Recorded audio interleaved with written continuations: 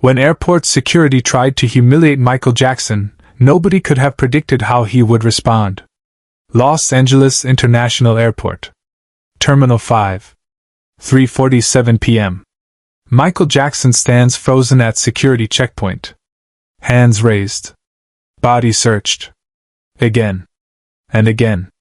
The metal detector keeps beeping. It's not an accident. The security officer knows exactly what he's doing. Every passenger watches. Cameras flash. Michael's face shows no anger. Only quiet pain. The officer smirks. Orders another search. Michael complies. Silently. Patiently. What happens 6 hours later will 80,000 people. But first, we need to understand how dignity becomes a weapon when wielded by the right person. 4 hours earlier, Michael Jackson had been preparing for the biggest concert of his dangerous world tour. The show at the Rose Bowl in Pasadena would be broadcast live to 47 countries. But he had to fly from LAX to pick up special stage equipment that had been delayed in San Francisco. A quick turnaround flight. Simple logistics. Nothing remarkable. Until checkpoint security became a stage for something darker. The officer's name tag read, Morrison. He was in his mid-40s, thick build, the kind of man who wore authority like armor. When Michael approached the metal detector, Morrison's eyes lit up with recognition. Not admiration. Something colder. Opportunity. The first beep. Step back, sir. Empty your pockets. Michael complied. Removed his watch, his rings, the silver medallion he always wore. Walked through again. Second beep. Morrison's smile widened. Sir, I need to conduct a manual search. Michael nodded. Raised his arms. Morrison's hands moved slowly, deliberately. Taking his time. Making it last. Other passengers began to notice. Phones came out. Whispers started. Third pass through the detector. Third beep. Sir, this is highly unusual. I'm going to need you to remove your jacket. Michael's security team stepped forward. Morrison waved them back. This is my checkpoint. My rules. Michael slowly removed his jacket. The iconic black military-style jacket with silver embroidery. Handed it to Morrison, who dropped it. On the floor. Deliberately. Michael's eyes flickered. Just for a second. Then back to that mask of composure. But something was building inside him. Something that would explode not with anger, but with grace. Fourth pass. Fourth beep. Morrison ordered Michael to remove his shoes. His belt. Stand with arms and legs spread while he conducted another manual search. By now, a crowd had formed. Travelers stopped mid-stride. Security from other checkpoints watched. Nobody intervened. This was 1993. Before social media accountability. Before viral videos. Just a man with a badge humiliating someone who couldn't fight back without creating an international incident. Michael's assistant, Karen, stood 10 feet away. Her hands were shaking. She knew Michael's history with humiliation. The childhood abuse. The media mockery. The constant invasion of privacy. She knew this was triggering something deep. But Michael's face remained serene. Only his eyes betrayed him. They'd gone distant. Somewhere else. Somewhere safe. Fifth search. Morrison made Michael stand in front of the crowd for 3 full minutes while he consulted with his supervisor, who wasn't there. He was just making Michael wait. Making him stand there. Exposed. Vulnerable. A spectacle. When Morrison finally returned, he said, "You can go. But I'll need to keep your jacket for additional screening." Michael's voice, when he finally spoke, was barely a whisper. "That jacket was a gift from my mother." Morrison shrugged. "You'll get it back. Eventually." Michael walked away. Without his jacket. Without his dignity. But with something else forming in his mind. A response. Not born of anger. Born of something far more powerful. 6 hours later. Rose Bowl Stadium. 80,000 people. The energy is electric. Michael Jackson is about to take the stage.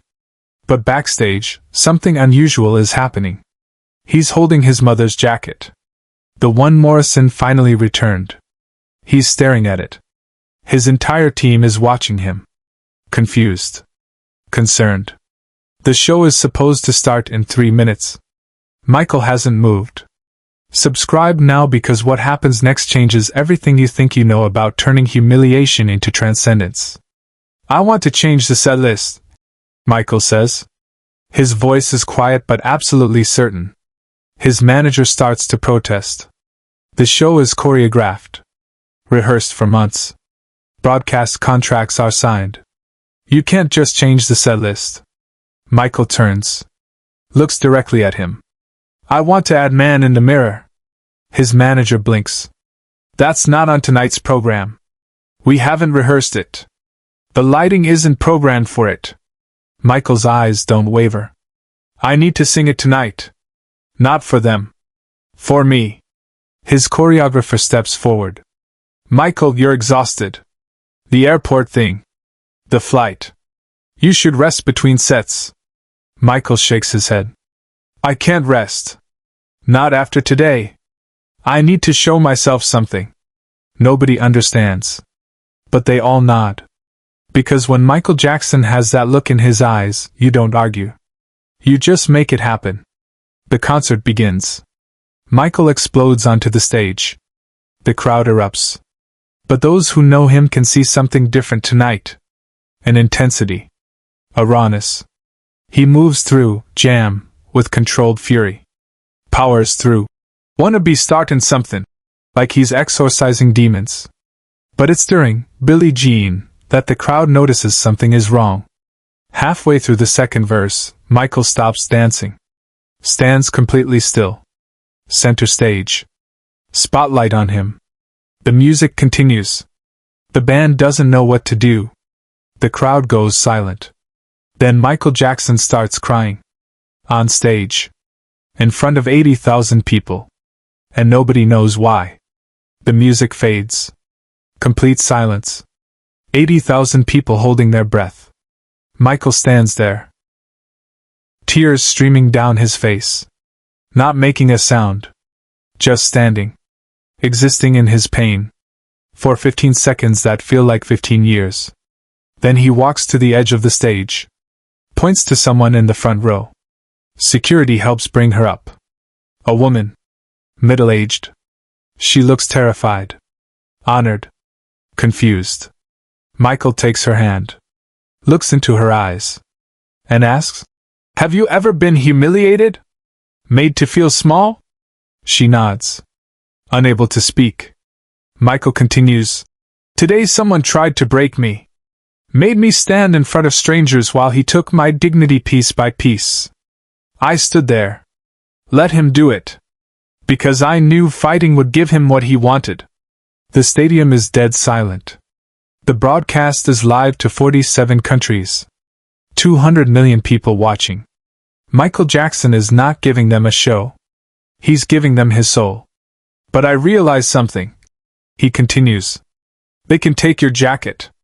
They can make you wait. They can laugh while they do it. But they can't take who you are. Unless you give it to them." He turns to the woman. "What's your name?" "Sarah," she whispers. "Sarah, tell me. Who tried to make you feel small?" Sarah's voice cracks. "My boss. Every day. In front of customers. He corrects me. Mocks me. Makes me feel stupid." Michael nods. Understands. Then he does something nobody expects. He takes off the jacket he's wearing. The one his mother gave him. The one Morrison tried to keep. He drapes it over Sarah's shoulders. "This jacket survived someone trying to use it to hurt me," he says. "Now it's yours. Remember that their cruelty doesn't define you. Your response does." The crowd doesn't know how to react.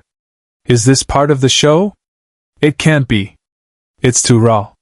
Too real. Michael signals to his band. "Man in the Mirror" begins. But he doesn't perform it. He stands next to Sarah, puts his arm around her, and sings directly to her. Not to the cameras. Not to the crowd. To this one person who needed to hear that she mattered. That humiliation is temporary. That dignity is a choice. By the second verse, something extraordinary happens. The crowd starts singing. Not performing. Not showing off. Just singing. 80,000 voices joining Michael Jackson in telling one woman that she has value. The cameras capture Sarah's face. She's sobbing. But she's also smiling. Standing taller. Wearing a jacket that cost more than her annual salary. But that's not what matters. What matters is that for 3 minutes and 47 seconds she is seen.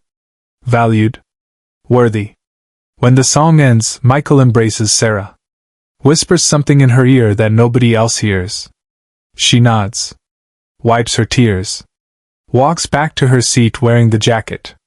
The crowd erupts. Not because of the spectacle. Because they just witnessed healing happen in real time. Share this story. Let people know that revenge doesn't always look like anger. Sometimes it looks like choosing to lift someone else up when you've been pushed down. Backstage after the show, Michael's manager approaches him. That jacket was worth $35,000. Custom made. Irreplaceable. Michael doesn't look up from his dressing room mirror. I know. His manager waits. Michael continues, but Sarah will remember tonight forever. That jacket will remind her that she matters. That's worth more than any amount of money. The next day, Sarah appears on local news. Still wearing the jacket. She quits her job live on camera. Says she finally understood her value. The clip goes viral before viral is even a term. The jacket becomes a symbol. Michael receives 4,000 letters from people sharing their own humiliation stories. How they overcame them. How his response inspired them. But here's what most people don't know. 3 weeks later, Officer Morrison is quietly transferred from LAX security. Not fired. The union protected him. But removed from public-facing duties. The official reason: inappropriate conduct during security procedures. Michael Jackson never filed a complaint. Never spoke publicly about the incident. Didn't need to. His response spoke louder than any accusation ever could. What happened in the weeks following that concert reveals something even more profound about Michael's character. Sarah wasn't the only one he touched that night. A young boy in the audience, Danny Martinez, had been watching with his father.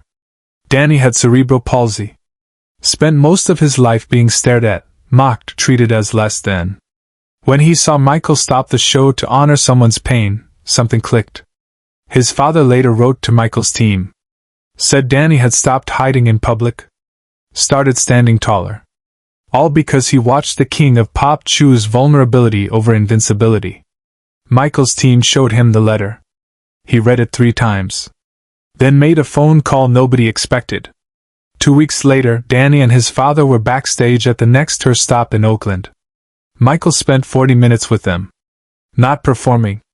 Not being a star. Just talking. About being different. About people who try to make you feel broken. About choosing to see your uniqueness as strength rather than shame. Before Danny left, Michael gave him something. A white glove. The one from the Motown 25 performance of Billie Jean. The most iconic piece of wardrobe in pop music history. Danny's father protested. We can't accept this. It's priceless. Michael smiled. It's fabric and sequins. What's priceless is Danny knowing he matters. That glove sits in Danny's room today. He became a disability rights advocate. Speaks at schools. Shows kids the glove. Tells them the story. About the day the world's biggest star taught him that difference is power when you refuse to let others define it as weakness. And this is why the airport incident matters so much. Because Michael could have chosen rage. Could have used his platform to destroy Morrison's career publicly. Could have made that man's humiliation equal his own. But he understood something deeper. Revenge is temporary satisfaction. Grace is permanent transformation. And the jacket? Sarah still has it. 20 years later, she runs a nonprofit helping women escape workplace harassment. The jacket hangs in her office. She tells every client the same story. About the day the king of pop showed her that dignity cannot be taken, only surrendered. And she refused to surrender. This is why Michael Jackson's legacy transcends music. He understood that power isn't about dominance. It's about choosing grace when the world expects rage. Choosing to heal someone else when you're the one bleeding. That's not weakness. That's strength in its purest form. The metal detector at LAX still beeps sometimes. Random anomalies. Security officers do their jobs. Most with professionalism. Some with petty cruelty. But somewhere, in a small office in Los Angeles, a jacket hangs as a reminder. That humiliation is a moment. But how you respond to it becomes your legacy. Michael Jackson turned his worst moment of that day into someone else's best moment of their life. He took the jacket someone tried to weaponize against him and transformed it into armor for someone who needed protection. That's not just dignity. That's transcendence. Subscribe and share this story. Because the world needs to remember that the most powerful response to cruelty isn't vengeance. It's grace.